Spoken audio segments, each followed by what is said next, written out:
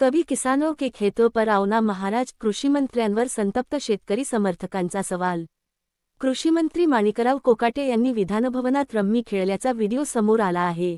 या प्रकाराने शेतकऱ्यांच्या भावना दुखावल्या असल्याचा आरोप ठाकरे गटाच्या शिवसैनिकांनी करत आज त्यांनी हिंगोली जिल्हाधिकारी कार्यालयात जुगार पत्ते खेळून अनोखा निषेध नोंदवला। शिवसैनिकांनी कभी किसानों के प्रश्नों पर भी ध्यान दो ना महाराज, कभी गरीब किसानों के खेतों पर आओ ना महाराज अशा मजकुराचे फ्लेक्स लावून आणि जोरदार घोषणाबाजी करत कृषीमंत्र्यांचा निषेध केला। त्याचबरोबर विजयकुमार घाडगे यांना झालेल्या मारहाणीच्या घटनेचाही त्यांनी तीव्र शब्दांत निषेध केला असून मारहाण करणाऱ्या सूरज चव्हाण याच्यावर गुन्हा दाखल करून कठोर कारवाईची मागणी करण्यात आली आहे।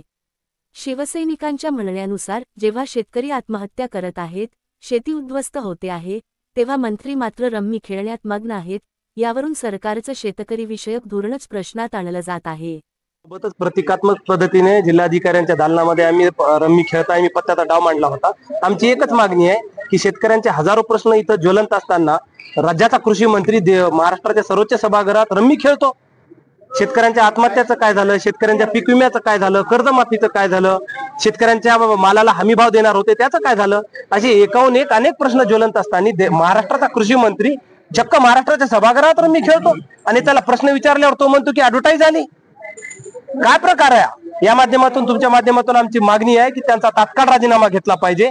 याही पेक्षा तीव्र स्वरूपाचे आंदोलन शिवसेना उद्धव बाळासाहेब ठाकरे पक्षाच्या वतीने आम्ही सर्व शिवसैनिक करू। या महाराष्ट्रामध्ये काय चालू आहे? काल त्या लातूर ठिकाणी छावाचे आपले कार्यकर्ते त्यांना फक्त निवेदन का दिलं म्हणून त्यांना मारहाण करण्यात आली।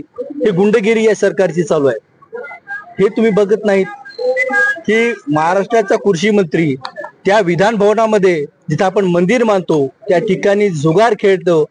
त्या ठिकाणी आमचं म्हणणं त्याच्यावर आतापर्यंत कोणतीही कारवाई आपण केलेली नाही। आमच्या या सरकारला, फडणवीस सरकारला ही विनंती आहे की त्यांना ताबडतोब त्यांचा राजीनामा घेतला पाहिजे। नुसता राजीनामा घेऊन चालणार नाही। त्या विधान भवनाचं जे पावित्र्य यांनी नष्ट करण्याचं काम केलं त्यांच्यावर कठोर असे गुन्हे दाखल करून यांना अटक झाली पाहिजे ही आमची या ठिकाणी मागणी आहे। आणि जर या ठिकाणी सरकारने त्याचा राजीनामा घेतला नाही तर येणाऱ्या काळामध्ये शिवसेना स्टाईल ना आम्ही हे आंदोलन करून त्यांना धडा शिकवल्याशिवाय आम्ही राहणार नाही।